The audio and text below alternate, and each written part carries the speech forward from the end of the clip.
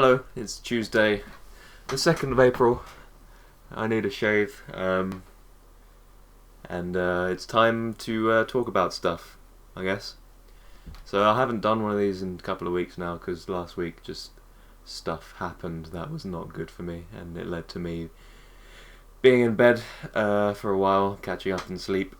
And there was a time there where I didn't even want to play games for a while, so just kind of laid there and watched stuff. But silver lining, when I was playing games, it was mainly Bioshock Infinite, and thumbs up for Bioshock Infinite, and a lot of people are asking about that game, so I'll talk about it for a bit.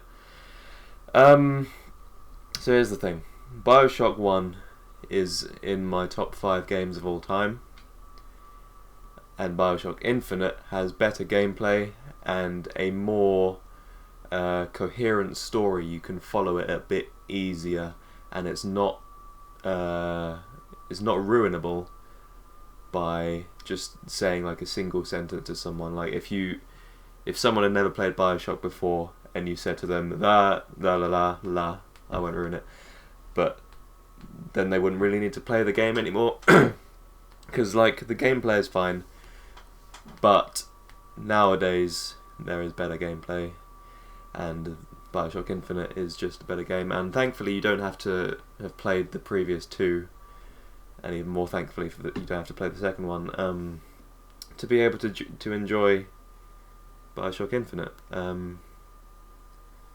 So you should definitely buy that game, because it's pretty awesome.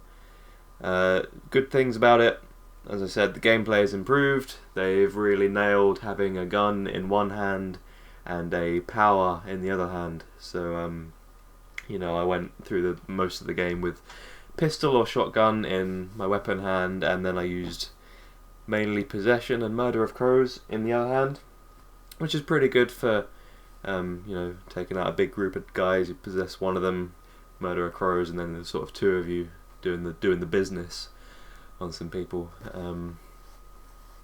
Other good things, as I say, the story and just the world as is to be expected by Irrational and something made by Ken Levine. They've outdone themselves again with Columbia, the city they've created, the floating city, and just like all the voxophones you pick up, like the audio logs and all the hidden things. It's just great. Less good things, like these are small things that don't really have an impact if you take the whole thing, take it as a whole.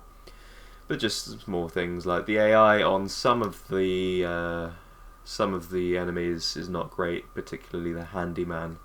There was one point where there was a turret, one of my turrets that I'd possessed or was through a tear or something, sort of raised up on a platform, and the handyman was trying to hit it, but it wasn't low enough for him, so he was just standing there getting shot in the face repeatedly by his turret, and I was just watching.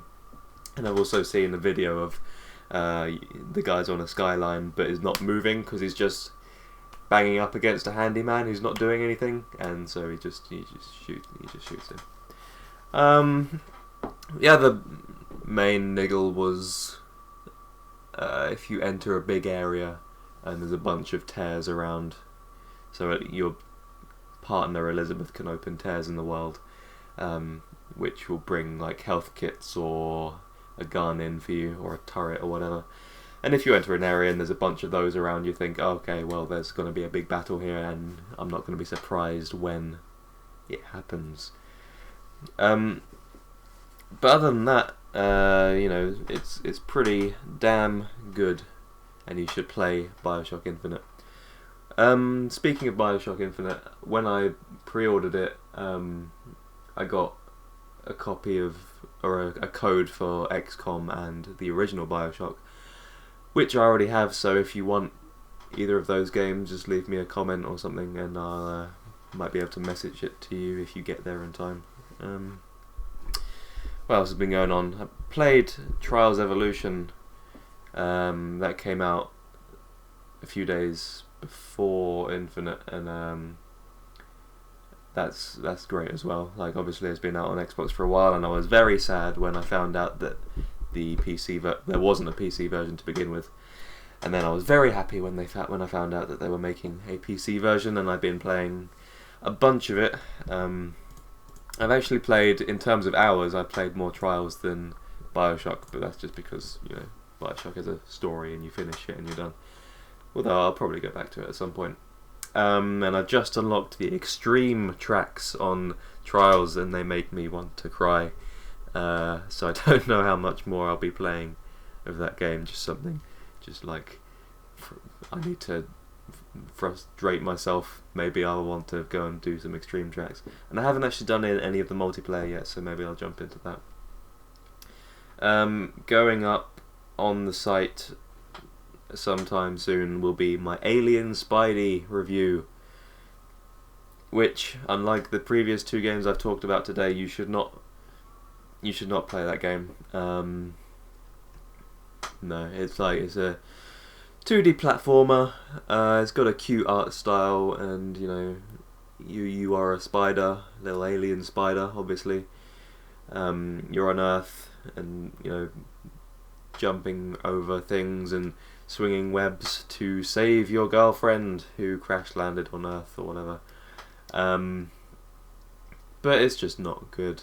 So I was playing with the controller for the most part, and to fire a web at a surface so you can swing across like a gap or whatever, you flick the right analog stick, but it's not like, it doesn't snap to the surface.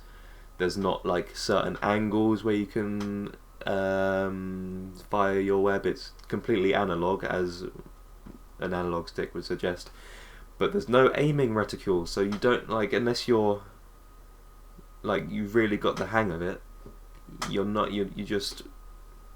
it's just guesswork or luck. And there's other things, like if you running along and hit a bump, then you can't jump anymore until you land, and it's just like, when there's things you need to jump over, it's not good. You should not play that game. But other than that, yeah, I had a question, but it was about Bioshock, and I pretty much answered it, I think. Play Bioshock. Thanks for watching.